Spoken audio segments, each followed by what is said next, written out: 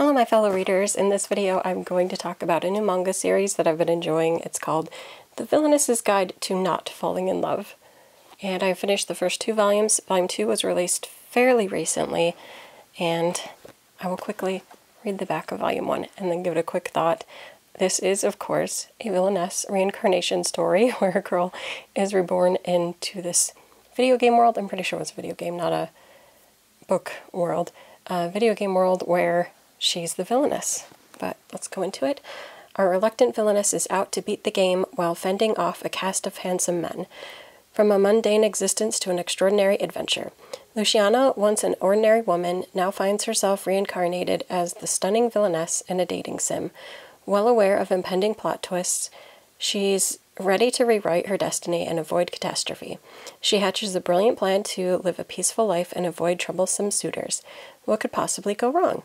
Surprise, these persistent men refuse to take a hint, and if that weren't enough, Luciana discovers she possesses incredible, unparalleled magical abilities. What about this world has made her so special? That actually kind of reminded me of Five Nights at Freddy's. Anyway, yes, this is a villainess story. She's reborn into this world. I don't remember if I don't think so, though, because I skimmed the whole first volume again before I read Volume 2. I don't know much about her backstory. She's reborn into this dating sim, and she has a gorgeous older brother, which sometimes is a little bit creepy how their relationship is. And she says she has a younger brother. Now, we don't learn anything about the younger brother until Volume 2. In Volume 1, she kind of glosses over, not glosses over, she gives a little, brief history of all the guys that are in this world that she will probably need to avoid in order to avoid being the villainess. She knows that in the dating sim, the villainess is, of course, disposed of. She does die in the game world, and so she doesn't want that to happen. So she's trying to avoid these things, and she's trying to change the world and her supposed future. What is interesting about this is right in Volume 1, she's writing notes in a notebook about the different characters. And one of the characters sees his name in the notebook and is like, why are you writing down my name? And the two of them actually become really the main focus of Volume 1. And it turns out that there is an event, I guess I'll call it an event, that's going to be happening. And Luciana knows that this is the events before the actual game events, and she knows what the, backstory of the character is in the game world. And so she realizes if she goes to this event, she could potentially change the futures of this character. And I should get his name. Hold on, let me tell you which one it is. Lacus. Lacus. It's such a weird name, but Lacus is the one that she's going to help in this one. And primarily she knows that at this event, Lacus is going to get severely injured and his sister is going to be killed. And so she sets out, once she tries to tell him not to go there, she tries to invite him out on a date to keep him from going to this party. Instead, he's like, no, he thinks that she's a little bit creepy. I mean, she's writing his name in this book. It seems kind of stalkerish, so he turns her down. So she has her brother take her to the party. And then she keeps an eye on both the sister and Lacus.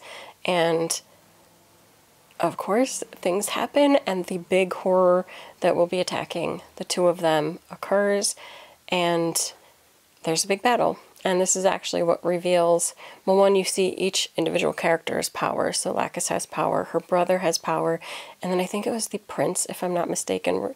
We get hints of him, but not too much yet, who also has power and is there. And they're doing their best to stop what is happening. And finally, of course, Luciana has to do something. She wants to save both of them, and she thinks if she doesn't do something, the future that she has seen will come to pass. And so she reveals a magical ability of her own that, of course, in the games was not revealed for her to have. And it turns out that that will be the main impetus for the rest of the series, because this power of her gives her the ability to change things in the game world, or her real life. And that essentially brings you right into book 2, because in this, Lacus realizes that her power seems to fit a character that I think up to this time, we have no idea exists, as in we through the character of Luciana, and it's, I believe, the Mage of Yggdrasil, and so she has this ability to change things. And Lacus's younger sister, of course, becomes kind of enamored with Luciana because she has the power to see the future, and so she knew that it was her destiny to die, and now that's been changed, and so she's so thankful and also so enamored with Luciana that she is kind of like a groupie of hers and follows her around. And also Lacus is very besotted of her now. So even though Luciana was kind of trying to stay away from all of the main male leads, they're now interested in her.